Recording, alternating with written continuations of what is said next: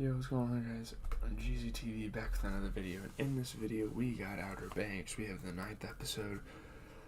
This is the second to last episode in the season, which means, after this we're just going to be returning to Dexter. Pretty soon, Dave, the little Vicky show's coming out, so I'll probably do an episode a week for that. That's kind of how that's looking like, what that's looking like. Sorry, I'm tired. Forgive me if I make some grammatical errors. Yeah, I don't know why the fuck I do this to myself, but yeah, we have season 3, episode 9 of Outer Banks. Welcome to Kitty Hawk, so let's go. Episode 9 of Outer Banks season 3 starts with the entire group alive, but watching the shouldering ruins of their house burning down. The aftermath from Topper, of course, burning their house down. They've got nowhere to go, and it's an absolute miracle that it didn't spread anywhere else.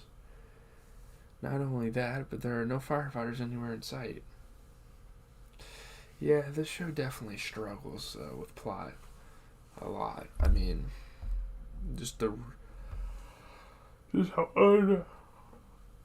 Just how unrealistic and fictional their plot is. Yeah, the gold thing. The gold thing could be an actual thing. There's actual people out there that search for treasure, but they make shit so unrealistic. With all the group together once more, you get the feeling that this is the calm before the storm. They're ready to fly out to South America, but before they go, each of our characters work to say their goodbyes and prep for this journey ahead. Remember the busted U-Haul drug truck last episode? Well, Mike shows up to see JJ, unhappy with him messing up the plans and desperate for revenge. JJ flees on foot, taking one last look at the house before heading into the woods. Now, at first you think, oh, JJ's in the clear. He escaped Barracuda Mike, but you just wait till later on in the episode, and there's definitely a plot convenient moment. Key rehearses a speech to her parents, but unfortunately she's instead carted away by reps from the wilderness camp, Kitty Hawk. Her parents figure she needs to get away a little bit. She needs to go to this camp and learn some manners, maybe? I guess. Key is not happy, but she's helpless. She can't get out of this situation. She's being forced. JJ realizes there's something up and asks John B for an extra hour to hold up until he rescues her. When JJ learns where she is, he charges to the camp to save his beloved. This is a big moment for JJ because he's really shown how much he cares for Key. He shows up to her house. Her parents say she went to Kitty Hawk. She went to I have a feeling you'll never see her again. And JJ said, oh, you sent her to that wilderness camp, didn't you? Holy fuck my eyes. Unfortunately, he ends up with a flat tire on the way, and he's stranded by the side of the road. It's actually Mike who shoots out the tire and holds him up at gunpoint. Shot off the tire, seeing him driving, and he knows what they drive. Him and John B were pulled up together in that thing, that piece of shit. Who else in the town could have a piece of shit like that but a pogue?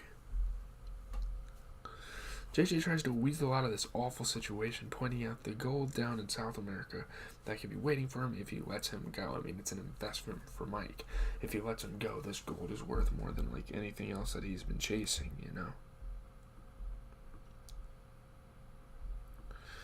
It seems to work too, and JJ blags his way into the front of Kitty Hawk.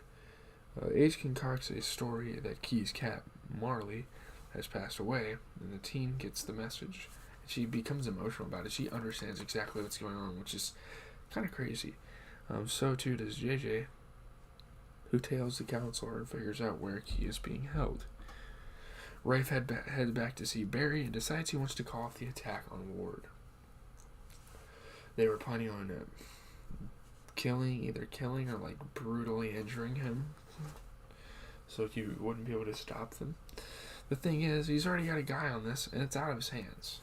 There's already a guy that's being sent towards Ward, I guess. Rafe realizes his father could meet a horrific demise and races up to find him. So Barry sends someone for him, and Rafe tries to save him.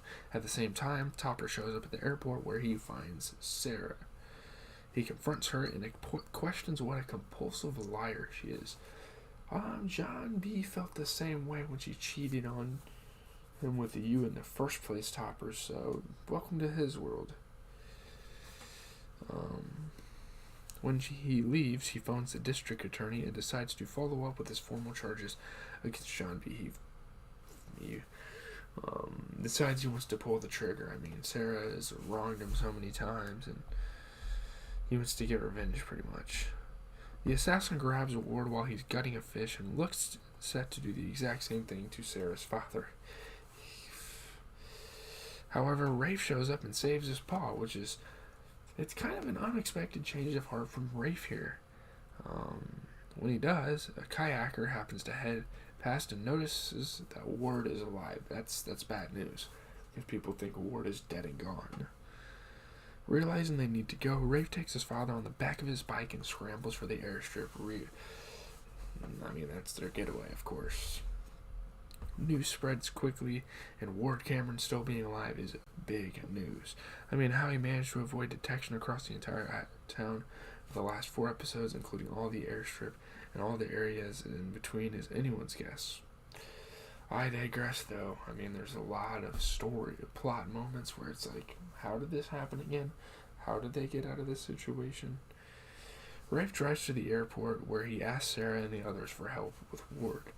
John B., Pope, and Cleo aren't exactly in the helping mood, but given the guys brought on the plane with them, it throws their plans for South America completely awry, which it's an emergency. John B.'s dad might die. Seeing might kill him, Time is up for JJ and Key, though, and John B. messages to let them know they're leaving. They gotta get out of here, there's no time. Ward tells his son that he's proven himself in the end before parting ways and letting the plane take off. In the dead of the night, with the plane gone, JJ finds Key and eventually admits his real feelings for her, including how he loves her. And he shows up in the cabin with all the girls around. It's kind of a crazy moment.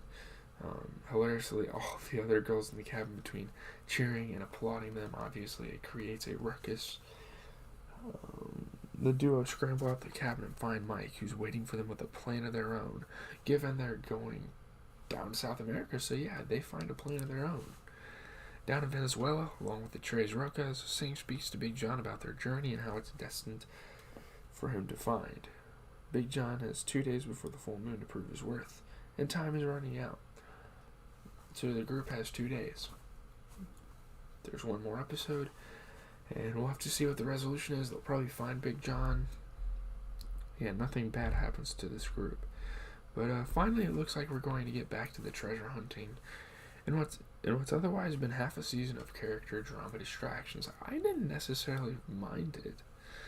The fact that the police are almost non-existent in this world unless the plot calls for it really does break the immersion at times. And that's before mentioning the fact that no one appears to have seen Ward at all, despite moving around town and even touching down at the airstrip, which would surely call for air traffic to Greenway Landing, right?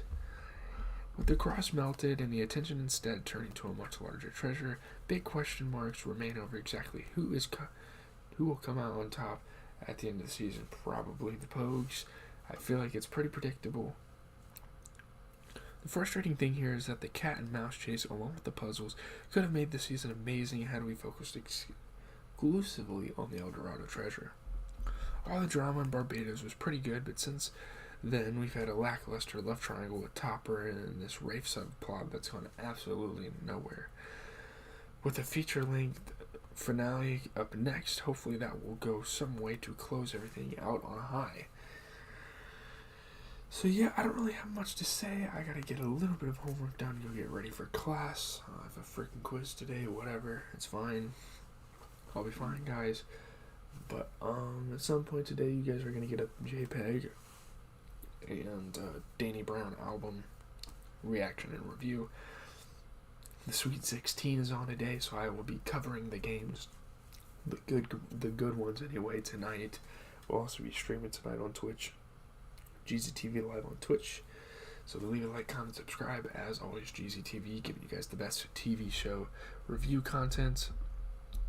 Cody Leach is definitely existent. But, hey, gotta have confidence in yourself. So, I'm out, guys. Have a good rest of your day.